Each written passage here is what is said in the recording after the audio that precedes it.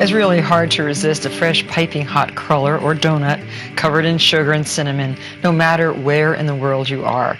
And all over Mexico, there are little kiosks called churrerias, where you can find the Mexican version of a cruller.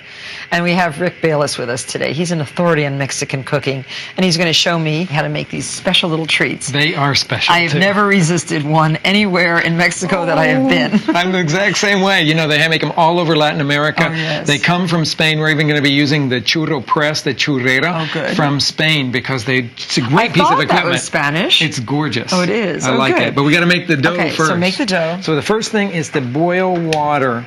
1 cup. Now this is very much like making cream puff dough. Patashu. It is, but it has no eggs in it. Excellent. A touch of sugar, 1 tablespoon. We're going to put about a ½ teaspoon of salt. And to tell you the truth, we made a batch of these the other day, and we forgot to put the salt in it, and they weren't nearly as good. No, you have to have that salt. That little touch of salt goes in there. And no salt doesn't work. And then, you know, when you're making cream puff dough, you usually put in butter. This has just a tiny touch of oil, 2 tablespoons to that 1 cup of liquid. Stir it to dissolve. Now, we also have our vegetable oil coming to a 375 degrees. Is that about right? That's exactly right. So we need to modulate it now to hold it at that temperature in a cast iron so that it holds the heat well when we start putting the little crullers, the little churros inside there. Now, you know this name. It comes from the type of sheep that have a really, well, sort of, they look almost like they're pleated on the outside, and that's a churro sheep. When you'll see these come out, they're going to be all fluted. PC. Yeah, I call them PC. Those are PC sheep. Exactly. So that's what the name of it comes from, and so it's going to be done through a star tip of the churrera, or you could use a I'm going to look at this cookie press. Because now you notice that looks substantial because this is a stiff dough. This is very nice. Oh, this is exactly like that. And this is the little implement which we just slide right in. The star tip is what we're looking for. Okay, right there. Right. Okay, you got it. So there you have a star. It's great. I just love it. I want one of these right away. Okay, so off goes the fire. Boiling water with 1 cup of all-purpose flour. So it really does look and feel like a patashu. Exactly.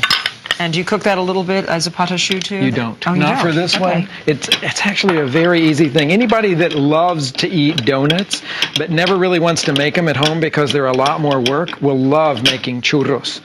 Once you get the mixture so thoroughly combined that you see no flour, you cool it off and you're ready to make churros. So we have a cooled one here. That's right. Yeah, it's perfect.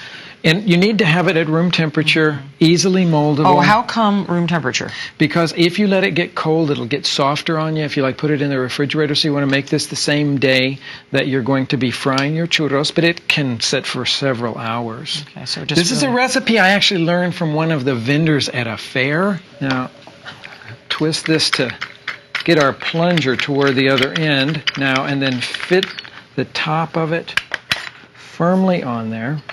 And you'll notice that it's got a very solid lock. I like this. It's a very substantial dough that we're working with. And our oil is just right in its temperature. And you'll notice that it's easy to twist this thing around, and we're going to make small. Oh, I see. And it holds together so well. Doesn't it? Yes.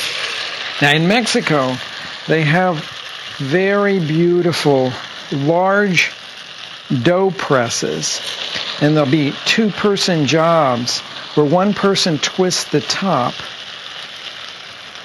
and the other one will make a large spiral out of the dough. Oh, and it'll be continuous. Yes. Oh, yes. That's it'll seem like it's a block and a half long. Oh, we can do that here. And then use a pair of scissors to clip them apart. Oh, that's easy. Yeah. There's a very famous place in Mexico City that I always recommend people go. It's been there for about a century, called Churreria El Moro. And they have the best Mexican hot chocolate and churros, and that's all they sell. We have it right here. We don't even have to go to Mexico. We have Rick Bayless. How lovely. Aren't they beautiful? Yep. And there's the first one out. Now, don't you have to sugar it right away? Well, they're warm, but they'll stay warm for 3 or 4 minutes while we finish the rest of these. Roll them? You know, we're going to make some cinnamon. I brought along some Mexican cinnamon. I can't wait. That true cinnamon. It's these very flaky, large cinnamon sticks. And I wanted you to have the experience of smelling this cinnamon when it's just ground in this electric spice mill. It's just an amazing aroma. Very, very different than the flavor of cassia, or the type of cinnamon we usually have in this country. It's just such a flowery kind of cinnamon-like flavor. So these really take no time at all to fry up. No, not at all. Sprinkle that in. I'm going to use my churro to mix it with. The last ones are about out, aren't they? See this beautiful little ragged edge? I love That's that. the churro edge. That's what you're looking for. It's a very simple dough. And it causes the sugar to really cling. It does. Now There's I a have lot. to taste this. You got to get a little... You have to eat them right away, don't you? Well, you can't keep them. That's the thing, is once they're out of the oil, everybody will be standing around asking for their taste. So good. That crunchy outside and a creamy center is what the best churros have.